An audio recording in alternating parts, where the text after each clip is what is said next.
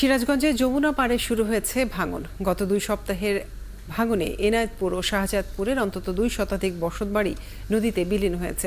হুমকির মুখে রয়েছে আরও শতাধিক বসতভিটা, ফসলি জমি। সহায় সম্বল হারিয়ে অনেকেই খোলা জায়গায় অবস্থান নিয়েছেন। মাসুদ পারভেজের প্রতিবেদন। গত কয়েকদিন ধরে যমুনা নদীতে বাড়ছে পানি, স্রোতের সাথে পাল্লা দিয়ে শুরু হয়েছে ভাঙন। সিরাজগঞ্জের এনায়েতপুর এবং শাহজাদপুর নদী তীরবর্তী এলাকায় দেখা মেলে এমন দৃশ্য। এলাকাবাসী জানান, গত 2 সপ্তাহে সম্পদ হারিয়েছেন 200 পরিবার। গত 2 মাস যাবৎ এখানে ভাঙন শুরু হয়েছে। প্রায় তাদের 2 থেকে 2.5 শতাধিক বাড়িঘর নদীগর্ভে বিলীন হয়ে চলে গেছে। এমনিতে সবকিছু দাম বৃদ্ধি, তার বাদে নদী ভাঙন। আমাদের এখানে কোনো কেনার মতো টাকা পয়সা নাই, আমরা কি করবো এখন সরকার জানে। অনেকে হয়তো আশ্রয় নেওয়ার স্থানই পাইতেছে না, কেউ অর্ধাহারে কেউ অনাহারে এরকম দিন যাপন করছে। এলাকাবাসীর অভিযোগ, যমুনার পানি বেড়ে ধসে পড়ছে বাঁধও।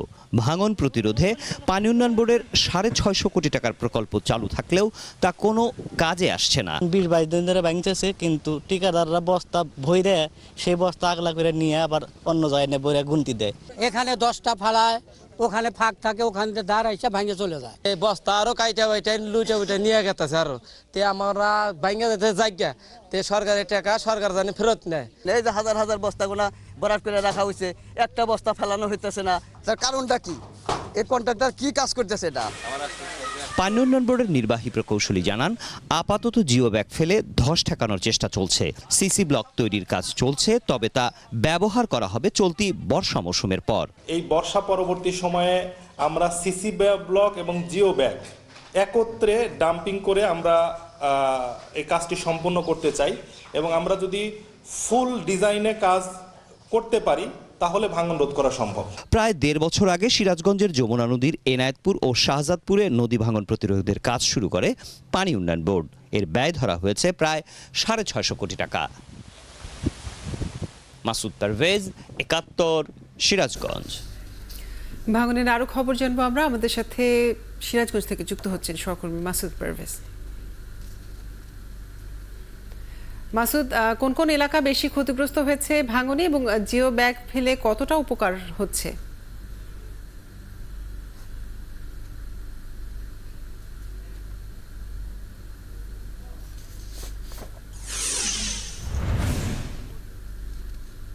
কাজরি, আমরা এখন সিরাজগঞ্জের এনায়েতপুরের যে জালালপুর ইউনিয়ন আছে, সেই জালালপুর ইউনিয়নের কাছাকাছি জালালপুর ইউনিয়নে আমরা আছি। এটি কিন্তু আসলে গত 2 মাস ধরেই ভাঙছে, এবং এখন আমি যে জায়গাটিতে দাঁড়িয়ে আছি এটি মহির মেম্বারের বাড়ি, যিনি জালালপুর ইউনিয়নের একজন মেম্বার। আপনি নিশ্চয়ই দেখতে পাচ্ছেন যে তার বাড়িটি ইতিমধ্যেই কিন্তু ভেঙে ফেলা হয়েছে, এবং এই জায়গায় যে ইটের যে স্থাপনা ছিল সেটি তিনি সরিয়ে নেবার চেষ্টা করছেন। অর্থাৎ একটি ব্যর্থ চেষ্টা তিনি করছেন। যতটুকু এখান থেকে সংগ্রহ করা যায় সেই সংগ্রহটুকু তিনি শুরু করেছেন।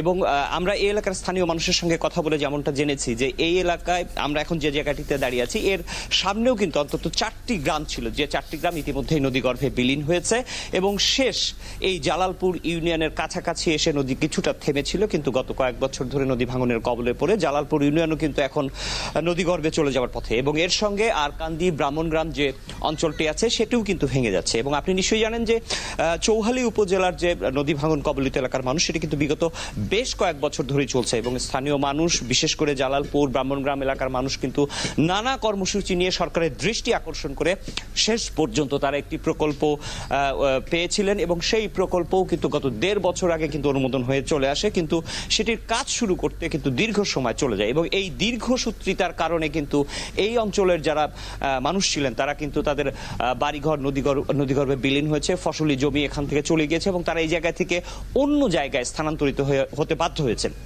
এবং কিছুক্ষণ আগে কিন্তু আমাদের সঙ্গে মহিন মেম্বারের কথা হচ্ছিল, তিনি বলছিলেন যে এই অঞ্চলে তিনি যখন প্রথম আসেন তখন এই অঞ্চলে ভোটারের সংখ্যা ছিল 5400 মানুষ, সেটি কিন্তু এই মুহূর্তে 2200 এসে দাঁড়িয়েছে। এবং তিনি বলছেন যে যাদের বাড়িঘর নদীগর্ভে চলে গেছে তারা দেশের বিভিন্ন প্রান্তে চলে গেছেন। এবং আপনি নিশ্চয়ই জানেন যে জরুরি ভিত্তিতে কাজ করার জন্য যে ব্যাপারটি থাকে সেই জায়গাটিতে একটি বড় বিষয় হয়ে দাঁড়ায় বালু সংগ্রহ করা, এবং এই অঞ্চলটিতে কিন্তু আসলে বালুমহল নেই, যে কারণে এই সেই জায়গাটি থেকে কিন্তু বালু উত্তোলন করা বেশ খানিকটা বিড়ম্বনায় পড়তে হয় যারা কাজ করতে আসেন।